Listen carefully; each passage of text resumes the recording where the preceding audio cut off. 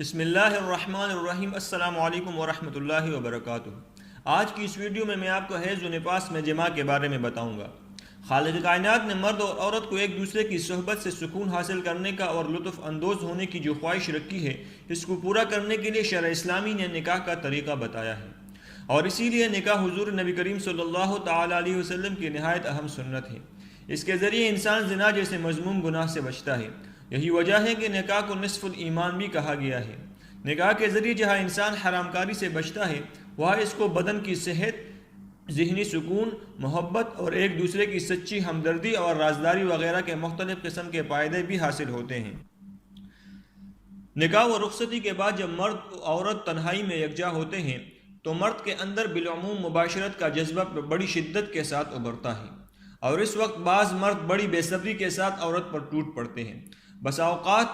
بیوی بحالت حیض ہوتی ہے تو اس درندگی سے بہت تکلیف ہوتی ہے اور وہ منع بھی کرتی ہے، مگر احکام الہی کی ناواقفیت اور اس کے نقصانات کا علم نہ ہونے کے باعث عورت کے انکار کا لحاظ نہ کرتے ہوئے صحبت کر لیتے ہیں،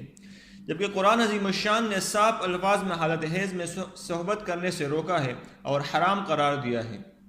جیسے کہ اللہ تعالیٰ کا فرمان مبارک ہے: اعوذ باللہ من الشیطان الرجیم، بسم اللہ الرحمن الرحیم، فاعتزلوا النساء فی المحیض، یعنی حالت حیض میں عورت سے الگ تلگ رہو۔ قرآن حکیم کے اس حکم کے بارے میں جدید علم طب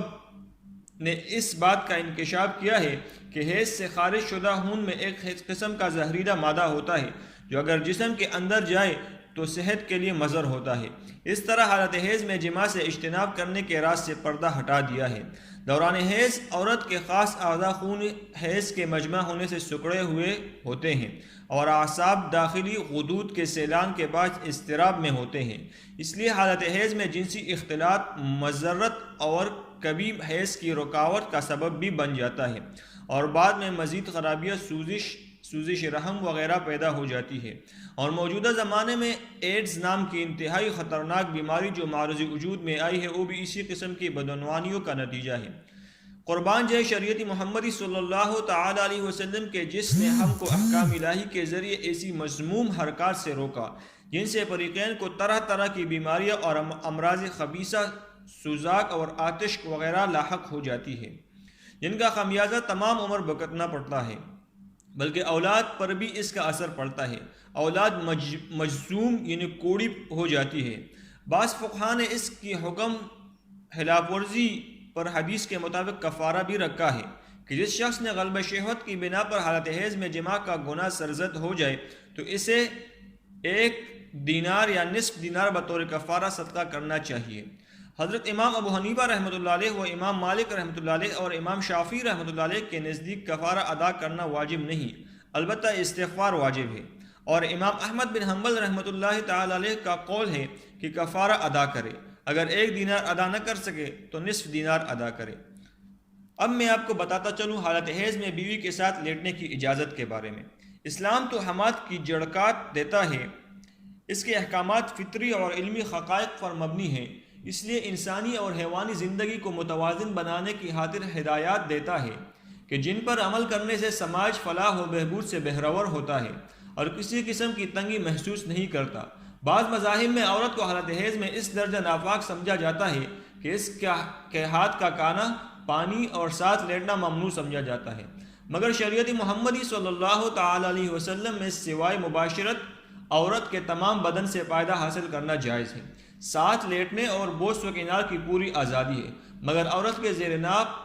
حصہ کو یعنی ناپ سے لے کر گھٹنوں تک برہنہ نہ کرے، سوائے صحبت کے پاجامے کے اندر جس جگہ چاہے لذت حاصل کرے۔ ساتھ میں کھانا پینا اور ایک ساتھ لیٹنا بھی منع نہیں ہے۔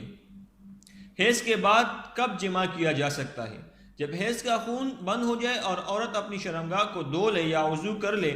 یا غسل کر لے، تب اس سے جماع کرنا جائز ہوگا، اس لیے کہ قرآن مجید میں طہارت کا لفظ استعمال کیا گیا ہے جس کا اطلاق تینوں حالتوں پر ہوتا ہے۔ اس مسئلے میں ائمہ کا اختلاف ہے۔ امام مالک، امام شافعی اور امام احمد رحمۃ اللہ علیہ کے نزدیک جب تک غسل نہ کر لے یا کسی عذر کی وجہ سے بجائے غسل کے تیمم نہ کر لے، اس سے جماع جائز نہیں۔ حضرت امام ابو حنیفہ رحمۃ اللہ تعالی علیہ کے مسلک میں مدت حیض کم سے کم 3 دن اور زیادہ سے زیادہ 10 دن ہے۔ اب اگر خون 10 دن سے کم میں بند ہو جائے تو عورت سے جماع اس وقت جائز ہے جب وہ غسل کر لے یا ایک فرض نماز کا وقت گزر جائے، اور اگر خون پورے 10 دنوں کے بعد بند ہو تو غسل سے پہلے ہی اس سے جماع جائز ہوگا، لیکن مستحب یہ ہے کہ عورت کے غسل کر لینے کے بعد ہی اس سے جماع کرے۔ اور بقول حضرت امام غزالی رحمۃ اللہ تعالی علیہ ایام حیض گزر جانے کے بعد نہانے سے پہلے عورت سے صحبت نہ کرے کہ نص قرآنی سے اس کی حرمت ثابت ہے۔